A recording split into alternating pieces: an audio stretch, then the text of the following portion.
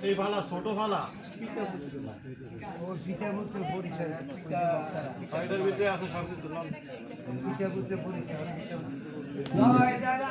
কৃষ্ণ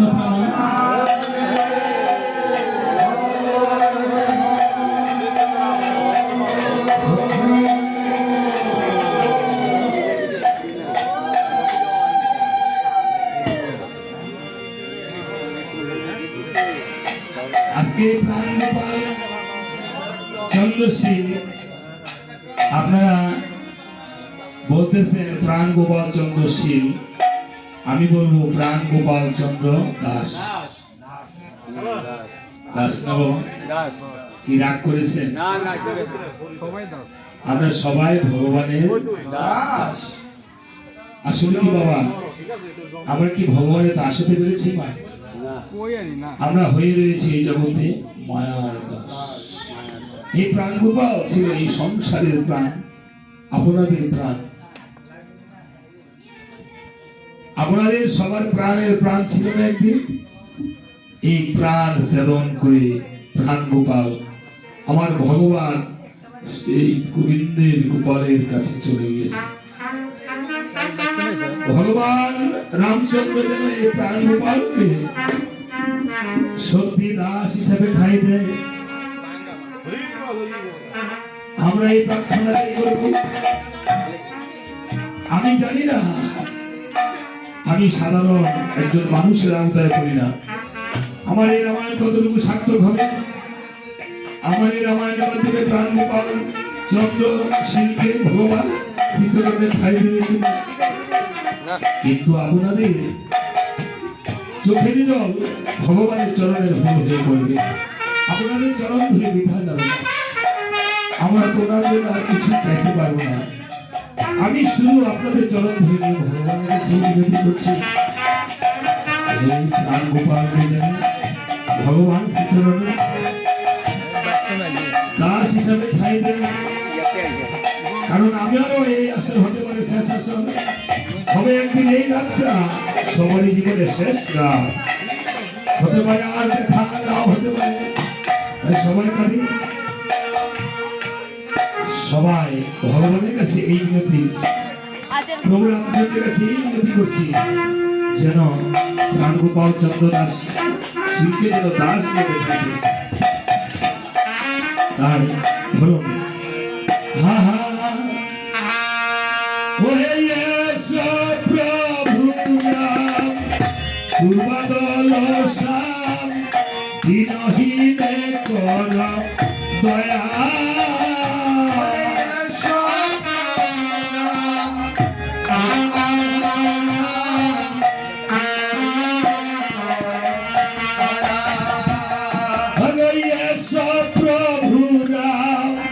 দুর্বাদল শ্যাম প্রাণ গোপালকে কর দয়া।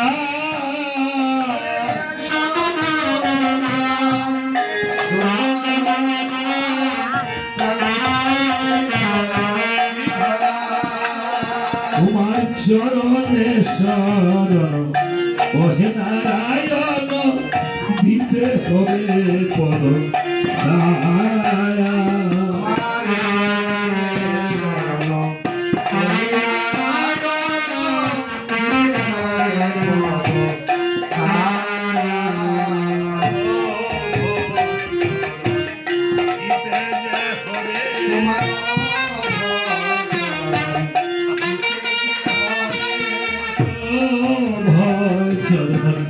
দিতে যে হবে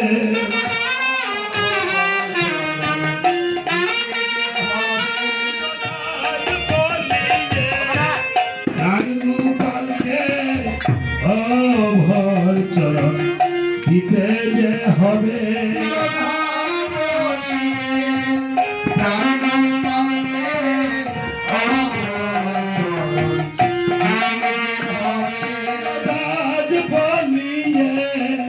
প্রাণ গোপালকে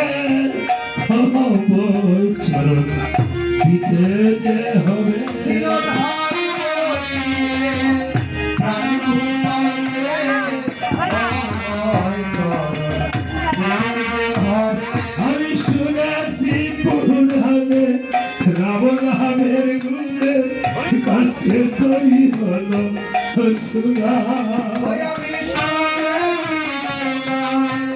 রাম নামের গুণে কাশী সোনা আমি শুনেছি পুরাণে রাম নামের গুণে কাশের তৈরি হলো সোনা রাম নামের গুণে কাশী সোনা সে পাশানি আসিল মানবী হইল ও হলা গৌতম লনা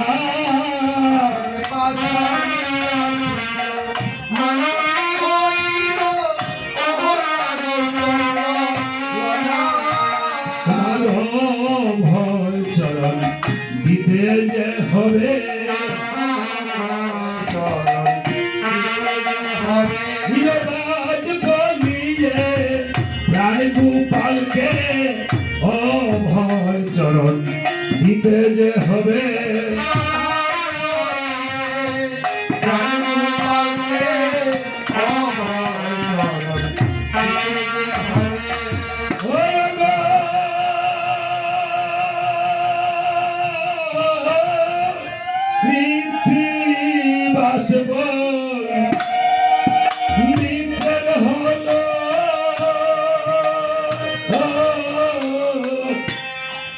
জন্ম শুভ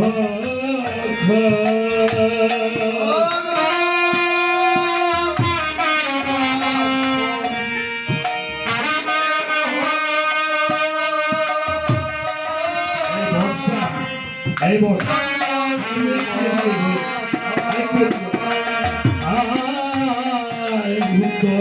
কান দিতে হবে কিনছি গানোরামা ও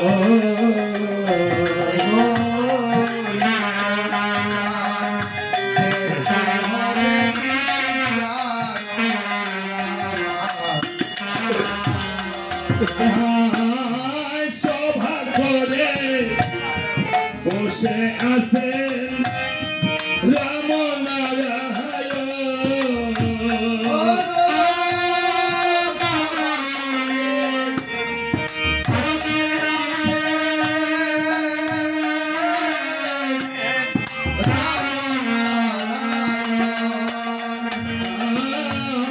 চতুর্পাশে বসে আছে ভক্তবৃন্দ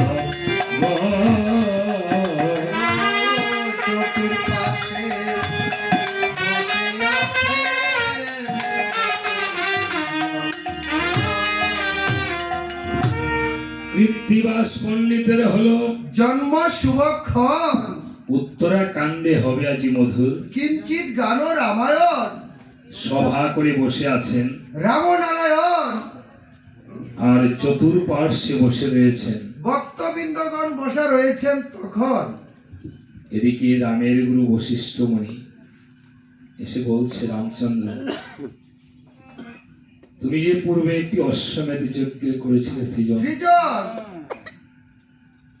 সেই যজ্ঞকালে তপোবনে দুটি বালকের সনে তোমার হয়ে গেল ঘোরতর রণ তাই তোমার সেই যজ্ঞ হলো না পুরন পূরণ।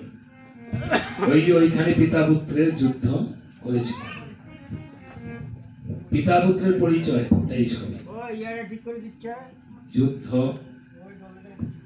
সারা পিতা পুত্রের যুদ্ধ হয়েছে বাল্মীকির তপোবনে পিতা পুত্রের পরিচয় হবে ও যুদ্ধ হবে ভবনে তাই এই অযোধ্যা ভবনে যুদ্ধ হবে না পরিচয় হবে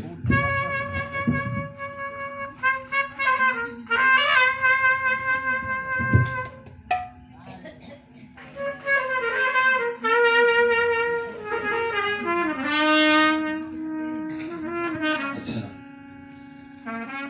রামচন্দ্র বলছে মণি ঠাকুর তাহলে আমাকে কি করতে হবে বলছে তোমাকে পুনরায় সেই অশ্বমেধ যজ্ঞের পূর্ণাহুতি দিতে হবে কেননা তুমি লঙ্কাতে নিধন করেছে দশমুণ্ড রাবণ ব্রহ্ম হত্যা হলো মহাপাপ, পাপ। আর সেই পাপের ফলে তুমি পাপাচ্ছন্ন হয়ে গিয়েছ। কারণ রাজার দোষে রাজ্য নষ্ট, প্রজাই করে কষ্ট। রাজার দোষে রাজ্য নষ্ট হয় না বাবা, প্রজা পরে কষ্ট পায়।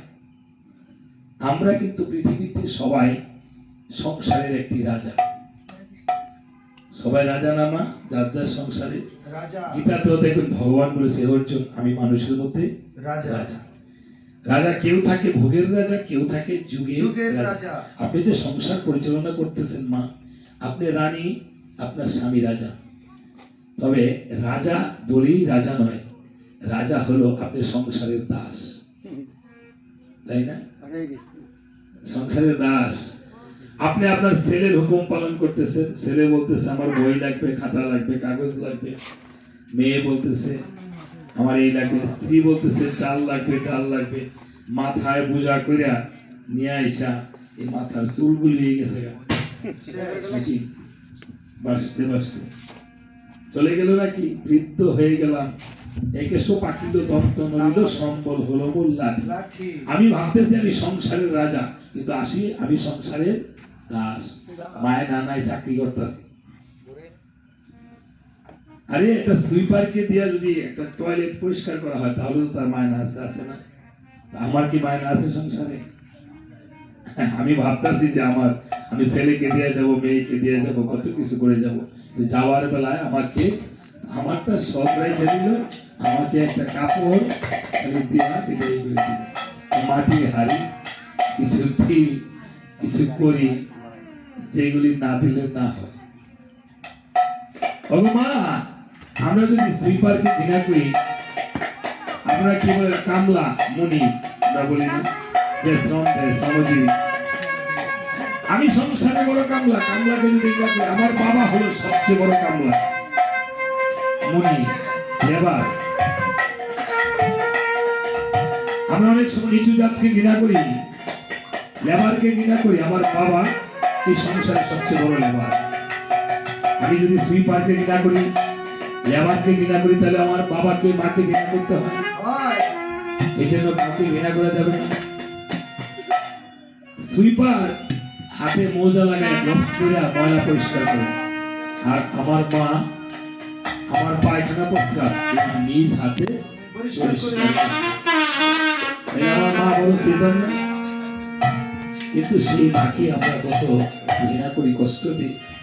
মা বাবাকে ঠিক মতো তথ্য তলাশ করি না। আজকে জানি না প্রাণ গোপালকে যারা হারিয়েছে, ওনার মতো ওনার ছেলের মতো তারা মা বাবাকে হারিয়েছে।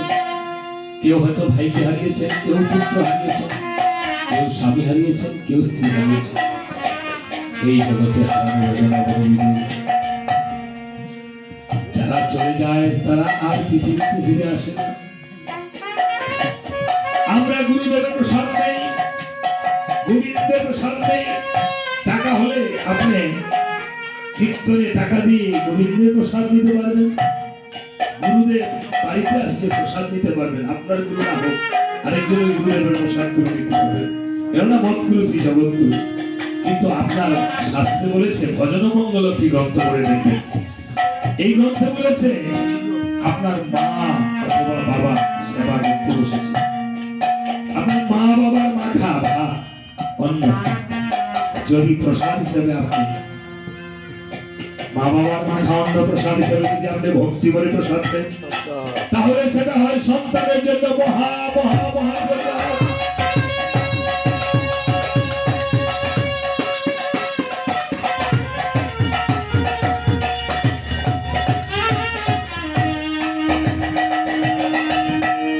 দেখেন বাবা, কে কয়দিন আমরা মা বাবার কাছ থেকে চেয়ে এই প্রসাদ খেয়েছি, অথচ মায়ের ছোট সম পাখির মতো আমাকে প্রসাদের মতো রেখে রেখে খাওয়াতে। যেই মায়ের 10 মাস 10 দিন পেটে রাখলো, দুধ খেয়ে বড় হলো, সেই মাকে হারে কত কষ্ট দিল। একবার ভাবলাম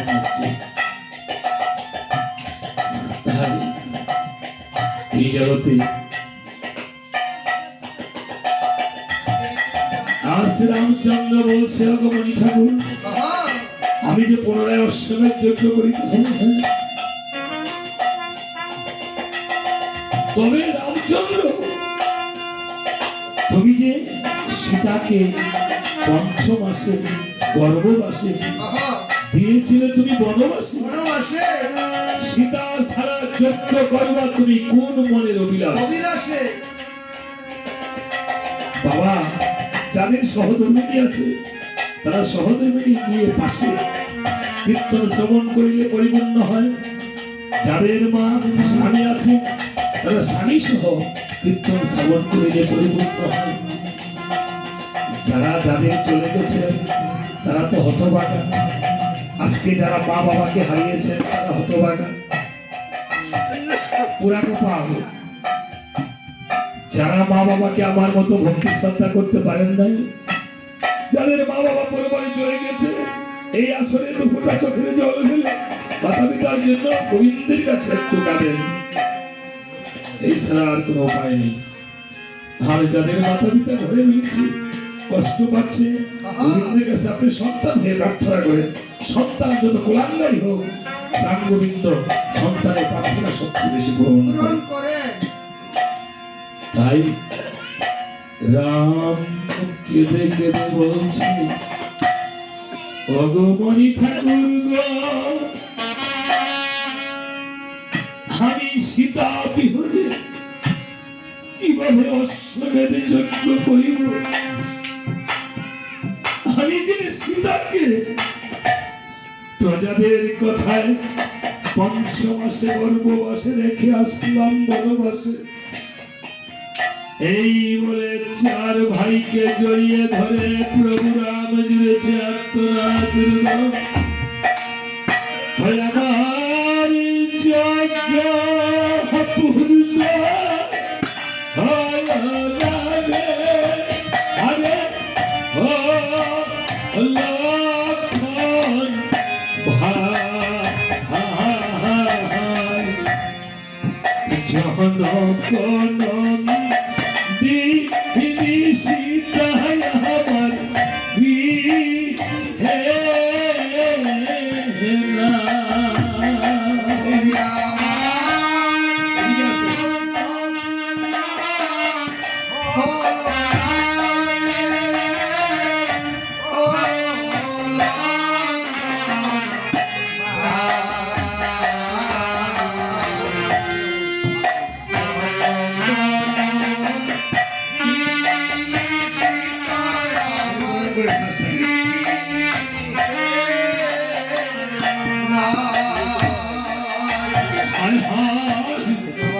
সীতা সীতা সীতা বলে রবে ধরাশায়ী হলো, ও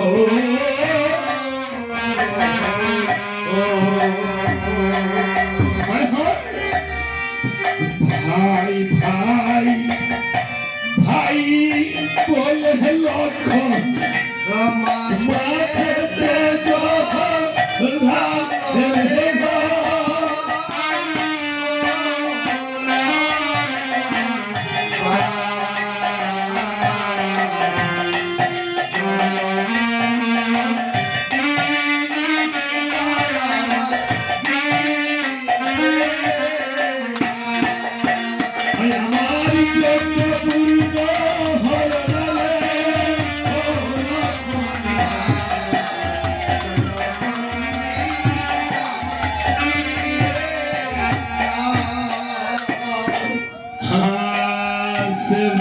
রামচন্দ্র সীতাকে হারিয়ে সীতার যন্ত্রণাশায়ী হয়ে পড়ে রইল। লক্ষণ ভরত শত্রুঘ্ন কেঁদে কেঁদে ঠাকুর দাদাকে জড়িয়ে ধরে বলছে, ঠাকুর দাদা তুমি অচেতন হয়ে কেন পড়ে রইলে? কথা বলো, তুমি যদি চলে যাও এই ধরাধাম থেকে আমাদের আর কেউ রবে না দাদা। আমাদের পিতা চলে গেল, দশরথ পিতা চলে গেল বনবাসে থাকার কালে। আমাদের মা চলে যাবে কখন? পিতার অভাবে তোমাকে দিয়ে আমরা পূরণ করি ভাই দিয়ে। আমাদের যদি ভাইও না থাকে আমরা কোথায় গিয়ে কাকে ভাই বলে ডাকবো? কাকে আসবিতা বলে ডাকবো, ভাতা বলে ডাকবো? আজকে যেমন এই সন্তান আর পিতা বলে ডাকতে পারবে না ঘরে গিয়ে। যেই বাবা ঘরে গেলে বকা দিত রাত্র বেশি হলে, এত রাত্রে কোথায় ছিলি, কেন বিলম্ব করেছি? সেই বাবার বকা নামক যে আশীর্বাদ, এই আশীর্বাদ আর ফিরে পাবে না। এই বটবৃক্ষের ছায়ার মতো যেই পিতা ছিল, বটবৃক্ষের নিচে গেলে যেমন সুশীতল হয়, পিতার ছায়া পিতা ঘরে থাকলে তেমন শীতল হয়। তাই শাস্ত্রে বলেছে পিতা স্বর্গ, পিতা ধর্ম, পিতাই পরমন্তম। তাই লক্ষণ যেমন বলছে পিতা বলে আর ডাকবো কারে। আজকে প্রাণ গোপালকে হারিয়ে পুত্র আপনাদের সেই চরণ দুলি নিয়ে বলছে, হয় আমি বাবু হলে আর ডাকব কারে।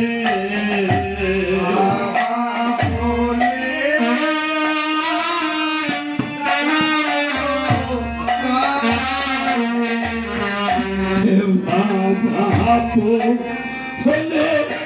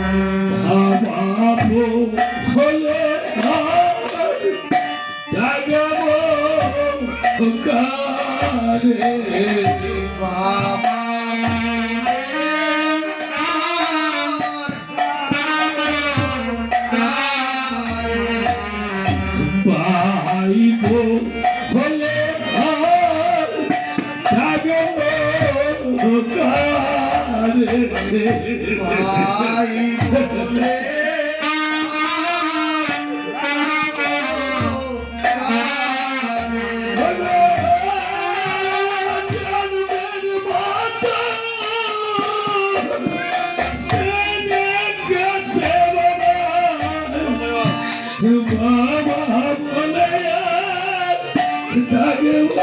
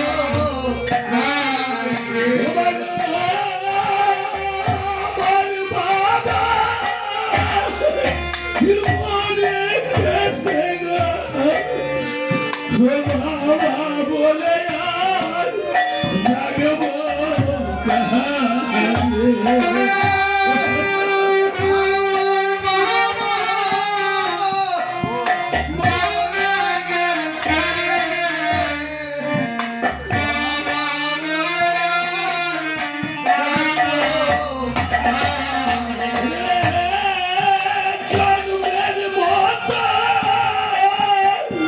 ছেড়ে গেলে গো আর তো ফিরে আসবে না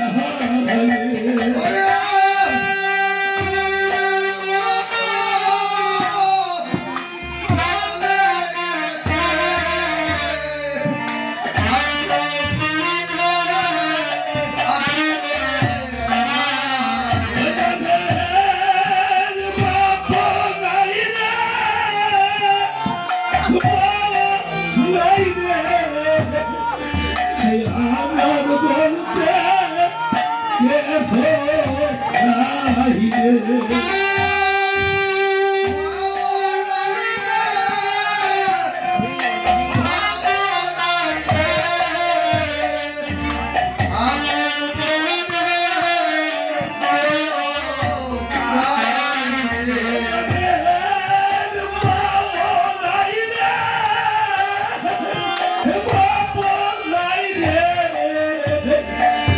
প্রাণের ভাই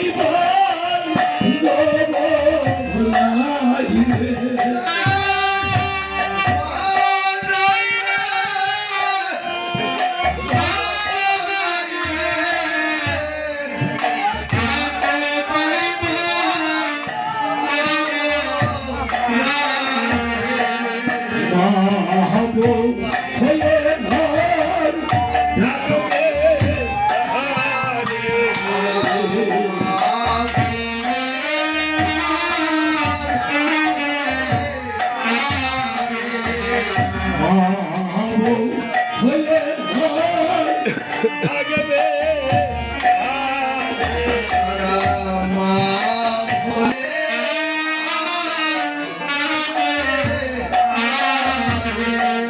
বাবু হলে ঘর থাকবে রে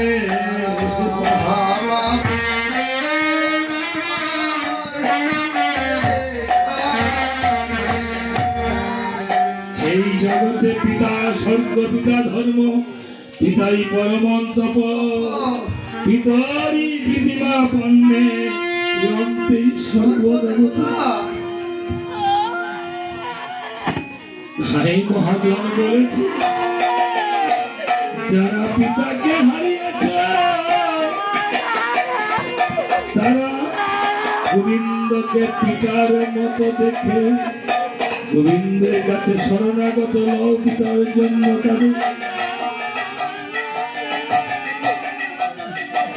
এই বটবৃক্ষের ছায়া শিশুতল ছায়ার মতো যেন এই মন্দিরে এসে সকল সময় ভগবানের কাছে পিতাকে দেখি মহাজন বলেছেন ভগজন্মের মতো ছেড়ে গেছে বাবা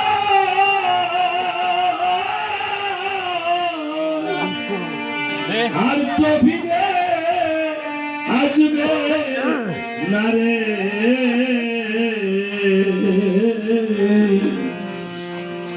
বাবা বলে হে ডাকবে কারে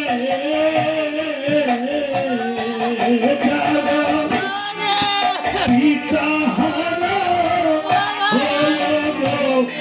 হবে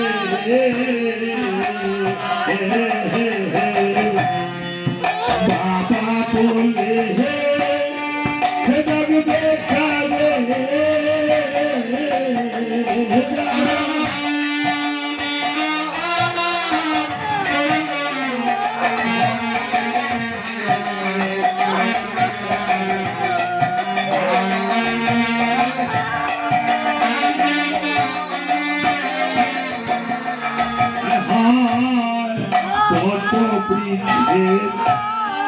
ছায়া যেমন পিতার স্নেহ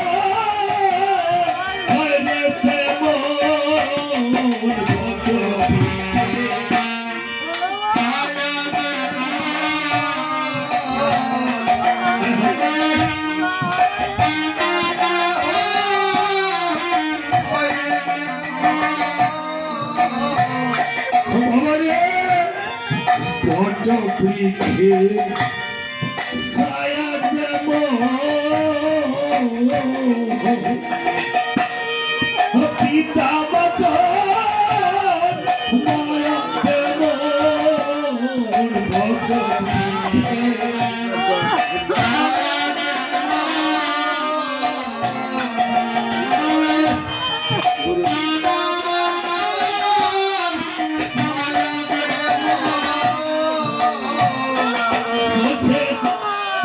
কাকে ডাকবে বাবা বলে সময় থাকতে ছিলাম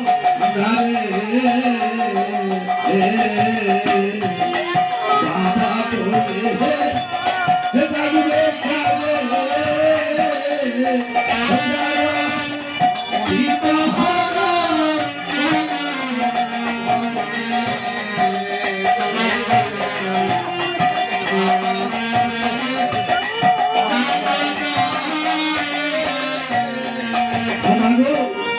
পিতা মাতা মরে গেলে সন্তান কাঁদে তুই নয়ন জলে পিতা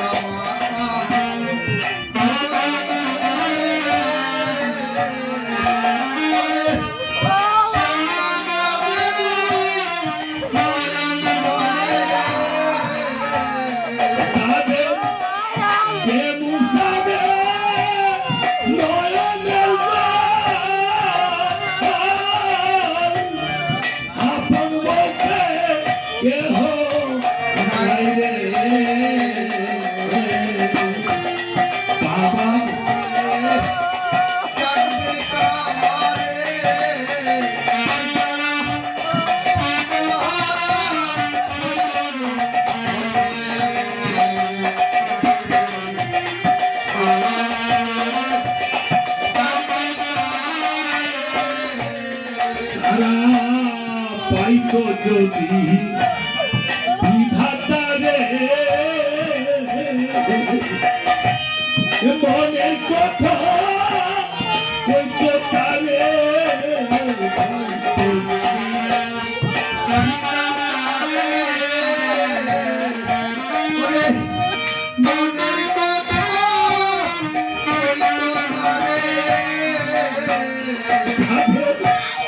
বিধি যদি পিতা পাতা উইরা দিয়া ওই জগ আরে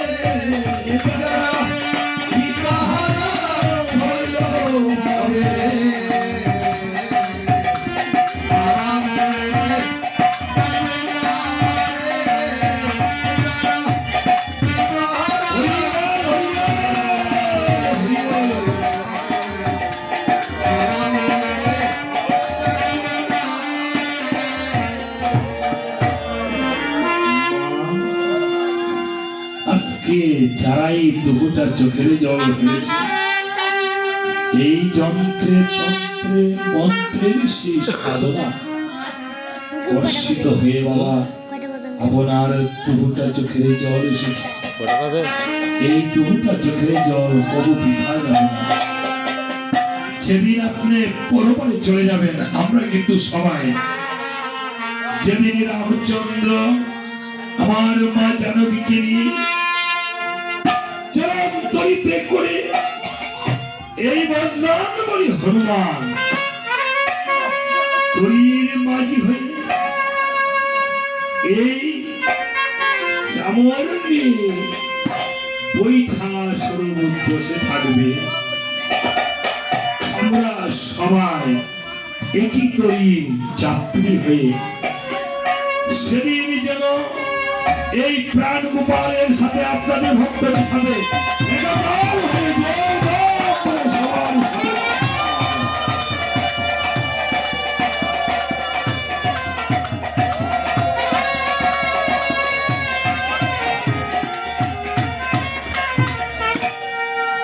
এই আমাদের উদ্দেশ্য।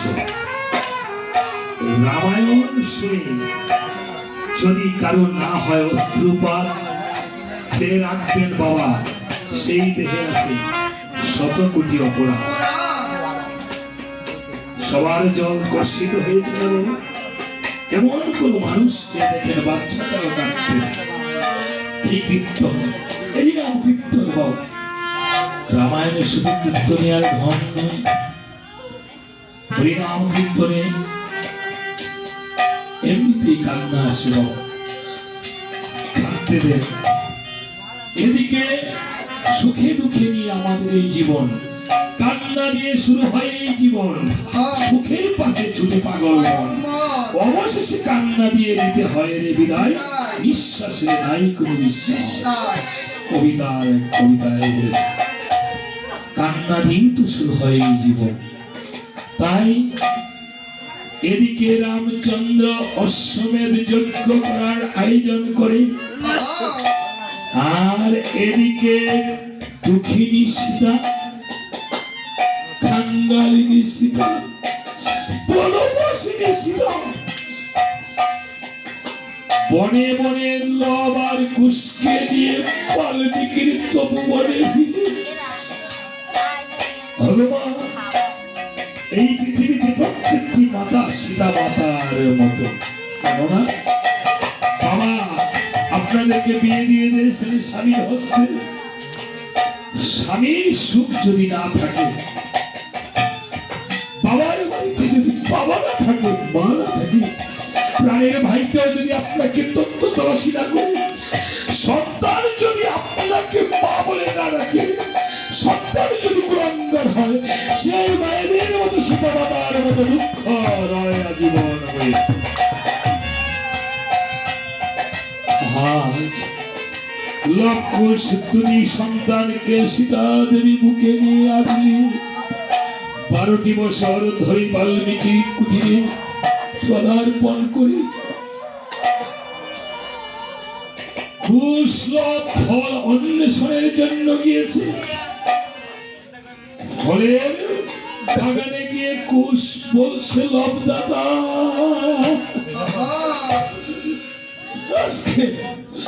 আমার মনে বড় দুঃখ দাদা। কেন রে ভাই?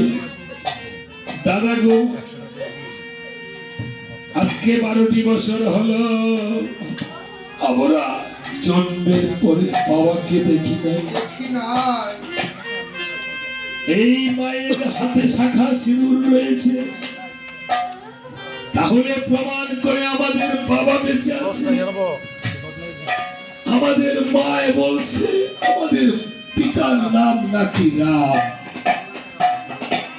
বাল্মীকির সেই রামায়ণ শিক্ষা করে রামায়ণ পাইলাম, অযোধ্যার রাজা নাকি রাম।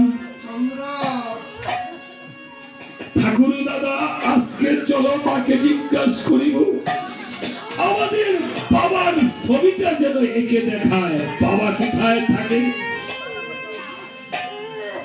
এই সংসারে যদি ছোটবেলা কারো বাবা মরে থাকে, জন্মের পরে যারা বাবাকে দেখে নাই বা ছিল সব মা মরে গিয়েছে, যারা মার সোহাগ বাবের আদর পায় নাই, তার সামনে যদি অন্য সন্তানেরা বাবার কুলে গিয়ে উঠে, বাবা মাথায় হাত বুলিয়ে দেয়, তাহলে সেই সন্তানটা কেমন লাগে? সেই সন্তানের ব্যথায় মুখ ফেটে যায়। ঠাকুর দাদা এই বনে অনেক মণিদেরকে দেখিলাম তার পুত্রকে আদর করিতেছে, বাহিরে গিয়ে দেখি অনেক সন্তানকে বাবা বাজারে নিয়ে যায়, খেলনা কিনে দেয়। আমাদের বাবা তো একদিনও এমন করিল না। আজকে মাকে শেষবারের মতো জিজ্ঞাসা করিব, মা বাবা কোথায় থাকে? যদি না বলে আর কোনোদিন এই মুখ মাকে দেখাবো না। এই বলে দু ভাইয়ে সীতার কুটিরে গিয়ে দূর থেকে মাকে প্রণাম করে বলছে, মা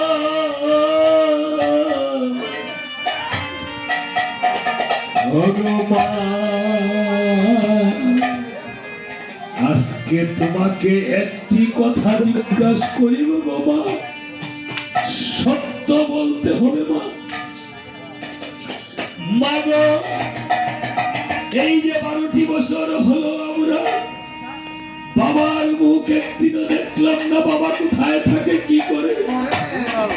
তুমি তো মা বলেছ আমাদের বাবার নাম নাকি রাম।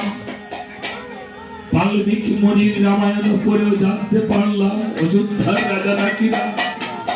মাগো, যদি তুমি মাটিতে ছবি এঁকে আমার বাবার ছবিটা আঁকিয়ে দেখাতে, তাহলে এই পৃথিবীতে যেখানে বাবা থাকে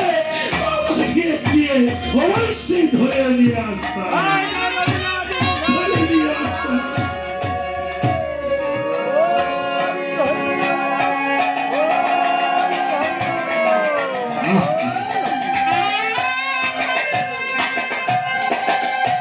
মাগো,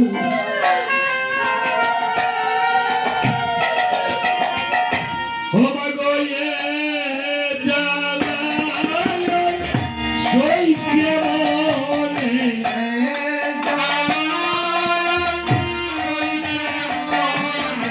এ জ্বালায় সইকে মনে,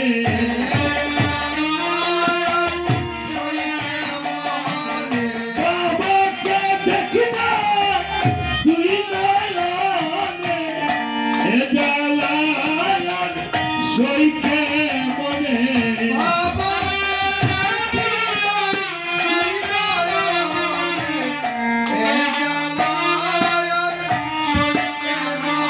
মাগো বাবাকে দেখি না দুই নয়নে আমরা, এ জ্বালায় সইকে মনে।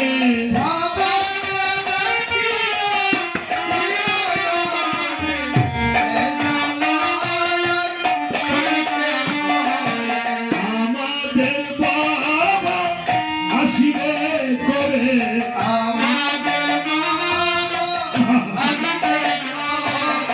আমাদের বাবা আসিবে করে,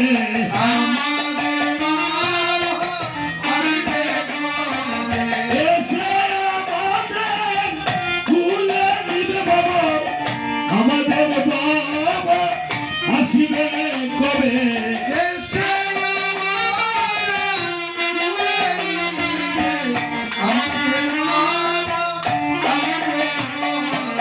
এসে আমাদের কুলে দিবে বাবা, আমাদের বাবা কবে আসিবে।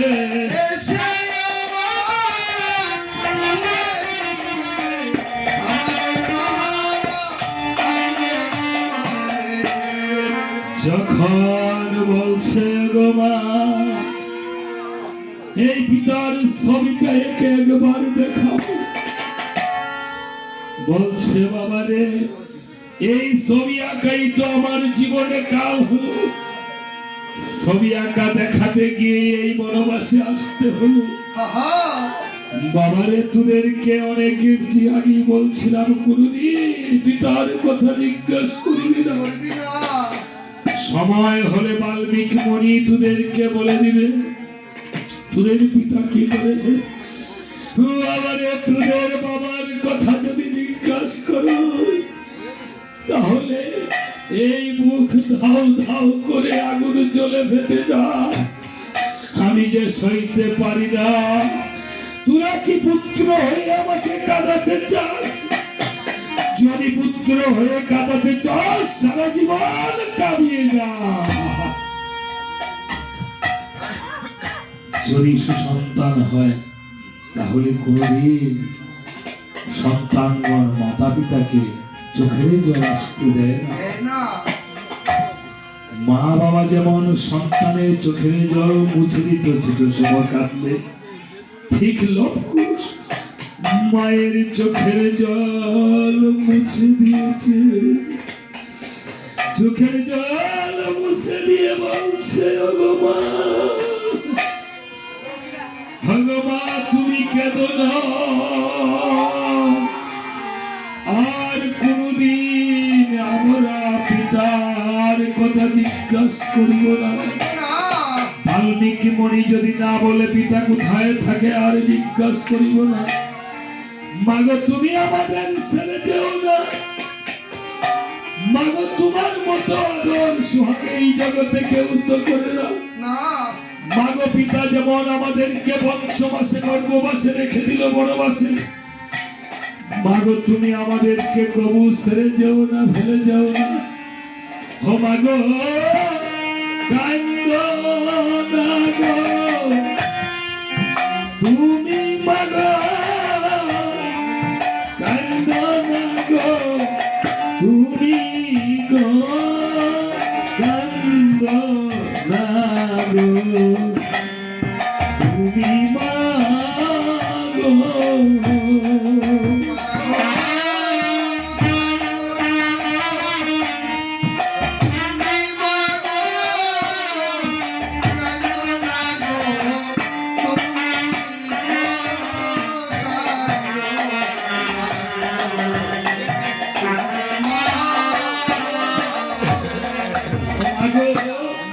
তোমার মতো আদর সোহাগ ভাবে কেউ করতে জানে না গো।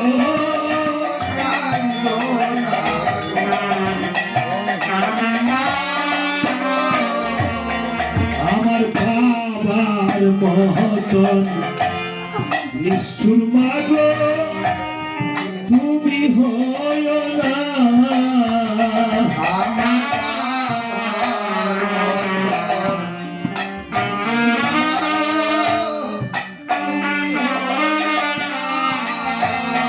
মাগো এই জগতে মায়ের মতো আপন কেহ নাই গো।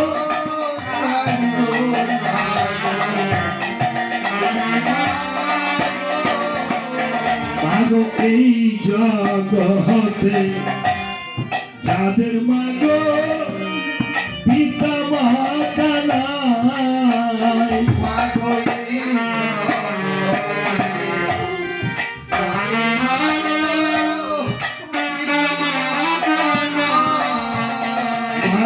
এই জগতে যাদের মাগো পিতা মাতা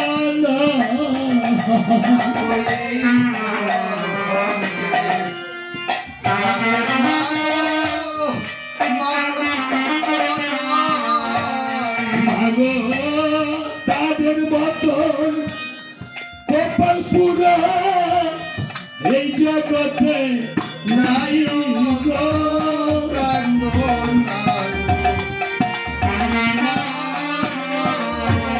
মাগো তাদের মতন কপাল পুরা এই জগতে নাই গো।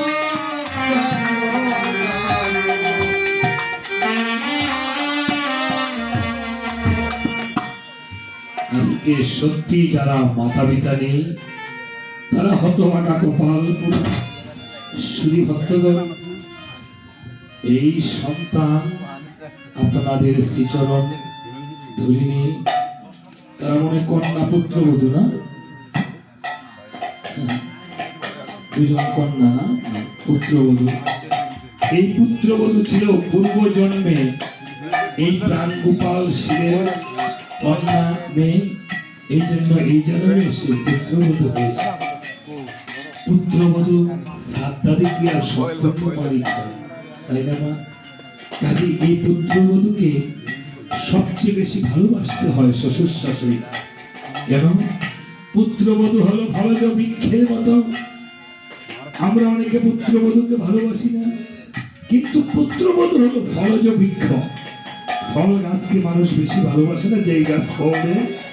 ঠিক পুত্রবধূ শ্বশুরকে ভালোবাসতে হয়, শ্বশুর শাশুড়ি ও পুত্রবধূকে সত্যিকারে ভালোবাসতে হয় মেয়ের চেয়ে বেশি। আর মেয়ের হাতের সেই শ্রাদ্ধ দান সবচেয়ে আগে পায় মা বাবা। তাই মেয়েরা হলো সবচেয়ে মহালক্ষ্মী, ভাগ্যলক্ষ্মী, গৃহলক্ষ্মী। পুত্রবধূ হলো গৃহলক্ষ্মী, মহালক্ষ্মী। আজকে পুত্রবধূরা যে চোখের জল ফেলছে, মেয়েরা যে চোখের জল ফেলছে, এই চোখের জল যেন প্রাণ গোপাল শিবের ভগবানের চরণের একদিন ভুল হয়ে যায়। আর পুত্র যে দক্ষিণান্ত করেছে, এই পুত্রের দায়ে দক্ষিণা টাকা যেন একদিন তাহার বাবার পালন করি হিসেবে চলে যায়। সবাই বলেন হরে রাম হরে রাম, হরে রাম হরে রাম, হরে রাম হরে হরে, হরে রাম হরে রাম, হরে রাম হরে রাম, হরে রাম হরে রাম।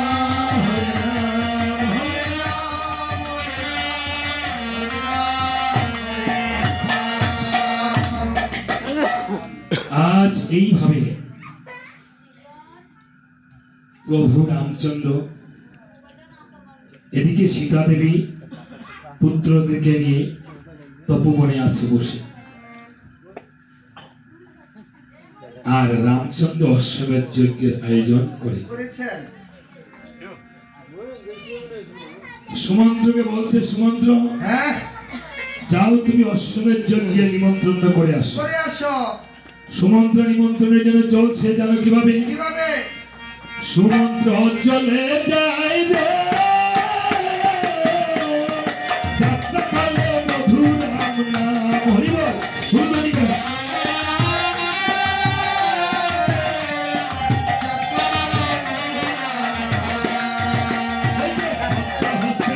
সুমন্ত্র চলে আসে বামন সুমন্ত্র,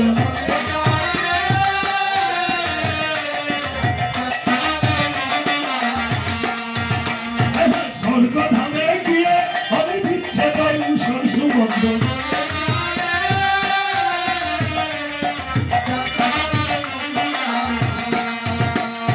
স্বর্গধামে গিয়ে দেবরাজ ইন্দ্র বলছে, সুমন্ত্র তুমি কোথা থেকে এসেছো?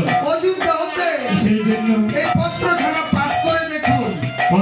পাঠ করে দেখিবারে পায় রামচন্দ্র যেন অশ্বমেধ যজ্ঞের নিমন্ত্রণ করেছে। দেখা যায় পত্রখানা পাঠ করে মহাসন্তুষ্ট হলো, যাবে বলে বিদায় করে দিল।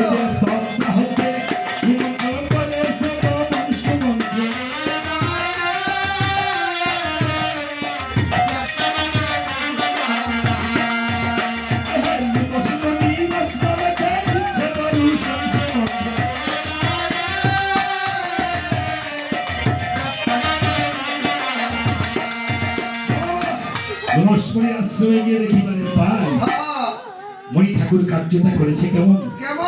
লতা পাতা দিয়ে নির্মাণ করে ঘর, সেই ঘরে বিরাজ না করে তিনি বসে আছেন বাহিরের উপর একটা ভাঙ্গা কুলা মস্তকে দিয়া। বলছে মণিবর, এত সুন্দর নির্মাণ করে ঘর আপনি কেন বসে আছেন বাহিরের উপর? বলছে সমন্ত্রী, এই ঘরে যা পরিশ্রম করেছি আর সময় বৃথা করেছি, এই দেহ ঘর আর এই ঘরের মধ্যে কোনো পার্থক্য নেই। এই ঘরে যখন মানুষ না থাকে, এই ঘরের কোনো মূল্য থাকে না। আর এই দেহ ঘরের যখন প্রাণ পাখি না থাকে, এই দেহ ঘরের কোনো মূল্য থাকে না। বলছে মণি ঠাকুর, তুমি কি তোমার আয়ুষ্কালের কথা বলতে পারবে? এই তো ক্ষণকালের আয়ু নিয়ে এই ভব সংসারে এসেছি। তাই নাকি? তাহলে বলছে সুমন্ত্র, শুন আমার আয়ুষ্কালের কথা। আমি কি বহিরঙ্গে বলবো না আধ্যাত্মিক লাইনে বলবো? আধ্যাত্মিক লাইনে বলো না, তুমি মনি কুশাই মানুষ। কারণ দুইটা জিনিস আছে, একটা বহিরঙ্গ আর একটা অন্তরঙ্গ। হ্যাঁ, আপনারা ত্রিনাথ ঠাকুরের পূজা দেন না, মেলা দেন না, বাহিরের সিদ্ধি দেন, তিনটা সলতা জ্বলায় দেন, তাইলে সিদ্ধি কি? অন্তরের সিদ্ধি। তিনটা সত্তা কি? সতরজতম সেই প্রতীক। বহিরঙ্গে আয়োজন, অন্তরঙ্গে প্রয়োজন, দুইটি না হলে মিলন হয় পূজা অকারণ। পুজোরে ভাই সযতনে পাকলা ভোলানাথের তিন রাতের শ্রীচরণ, ত্রিলোচন। তাই না? তাই বলেছে বহিরঙ্গ অন্তরঙ্গ দুইটাই যদি এক না হয় তাহলে বহিরঙ্গে আমরা আয়োজন করি, অন্তরঙ্গের প্রয়োজন। তাই বলে শুনে রাখো, মায়েরা কথা বলবে না, এই যে বাবুরা কথা বলবে না বাবা, আপনারা আধা ঘন্টা শুনবেন, 10 মিনিট শুনবেন, 20 মিনিট শুনবেন, কিন্তু মনোযোগ দিয়ে শুনবেন। আমি আসলে কীর্তনিয়া নই, আমি শিক্ষকতা করি। স্যার হলো বড় শিক্ষক, আমি হলাম ছোট শিক্ষক। স্যারে তো ইংরেজি শিক্ষক, আমি এখানে আরো শিক্ষিত লোক আছেন, আমি হলাম কাব্যতীর্থ শিক্ষক। তো আমিও যারা আমার সমানে 20-22 বছর ধরে শিক্ষকতা করে, অনেকে প্রাইভেট পড়ায়, বেশ বাড়ি গাড়ি করছে। আমি দাদা প্রাইভেটও পড়াই না, এই আপনাদের শ্রীচরণের দাস, পায়ের ধুলা অঙ্গে মাখি, পারি না, চেষ্টা করি। এই হতভাগের জীবনে হয়তো তেমন কিছু হবে না, কিন্তু যদি কীর্তন না করিতাম তো আপনাদের সাথে দেখা হতো, স্যারের সাথে পরিচয় হতো, দেখা হতো, হতো না। তো এই জিনিসটা একটু আমি চাই জন্মান্তরে আবার যদি কোনো কীর্তনিয়া মানুষ রূপে জন্মগ্রহণ করায় ভগবান, তখন একজন ভালো কীর্তনিয়া করে পাঠায়, যেন মানুষের মনটা একটু রঞ্জন করতে পারি। এটাই আমার আকাঙ্ক্ষা। তোমা কীর্তনে ভুল ত্রুটি হতে পারে, এক এক কীর্তনী এক একভাবে গান করে। আমি যতটুকু আমার উস্তাদ শিখিয়েছি আমি ততটুকু দিতে চেষ্টা করি। একটু ভক্তি করে শ্রবণ করবেন, কীর্তন একটু ঘরে নিয়ে যাবেন। কেন রামায়ণ দিয়েছে? রামায়ণ সবাই জানেন আপনারা, কি হবে শেষে বাল্মীকি মানে পিতা পুত্রের মিলন দিবে, কিন্তু এর মাঝে রামায়ণটাই যে চামড়টা দেখেছেন আমার হস্তে, একটু রামতত্ত্ব বলে দিচ্ছি। এই যে এটা কিসের ছবি, একটু উত্তর করবেন মুখে, এটা কি পাও? আপনারা বলবেন হনুমান, বজরাঙ্গবলী হনুমান, তাই না? হনুমান আর এক নাম বজরাঙ্গবলী। কেন হয়েছে? মায়েদেরকে বলছে, মায়েরা হলেন সন্তানের শিক্ষক, প্রথম শিক্ষক। বজরাঙ্গবলী নাম হয়েছে এই কারণে, মা সীতা দেবী যখন সিঁদুর পড়েছিল, হনুমান বলছে মা সিঁদুর পড়লে কি হয়? বলছে সিঁদুর পড়লে তোমার প্রভুর আয়ুষ্কাল বৃদ্ধি পায়। তাহলে সামান্য সিঁড়িতে সিঁদুর পড়লে যদি প্রভুর আয়ু পায়, বৃদ্ধি পায়, আমি সারা অঙ্গে সিঁদুর মেখে দেব। দেখেছেন, এই সারা অঙ্গে হনুমান সিঁদুর মেখে দিয়েছিল, সেদিন লাল হয়ে গেছিল। এই জন্য হনুমানের নাম হয়েছে বজরাঙ্গবলী। এই যে হনুমান চালিসা আপনি প্রতি সোমবার বা মঙ্গলবার একটা বজরাঙ্গবলীর ছবি ঘরে রেখে আপনি বজরাঙ্গবলীর চরণে একটু মেটে সিঁদুর এবং ঘৃত দিয়ে সেই সিঁদুরটা আপনি একটু অঙ্গে ধারণ করে বের হবে, যে কোনো মনোবাঞ্ছা 3 মাসের ভিতরে পূর্ণ হবে। হনুমান চালিসা রয়েছে। এই রামচন্দ্র সেদিন হনুমানকে দেখে চিনতে পারেনি, বলছে হনুমান তোর এই কাজ, আমি 4 যুগের অমর, তুই আমাকে একদিন এই বুক ছেড়ে রাম সীতা দেখাইছস, আর আজকে তুই সারা অঙ্গে সিঁদুর মেখে খেলেছস, আজকে থেকে তোর নাম দেওয়া হলো বজরাঙ্গবলী। হ্যাঁ, আপনারা জানেন, তারপর আমি বললাম। তবে এই চামড়ের মধ্যে তুই থাকবি, দেখবেন এই চামড় দিয়ে সমস্ত পূজা পার্বণে আরতি করা হয়, তাই না? আছে না? আমি অনেক সন্তুষ্ট এবং মনে মনে অনেক আনন্দিত হয়েছি। স্যারের ঘরের ভিতরে মন্দির করেছে সুন্দর করে, এবং অনেকে বাবা আমি ঢাকা সূত্রাপুর গান করতে গিয়েছি, হ্যাঁ ওইখানে নিমতলা 7 তলা বাড়ির মালিক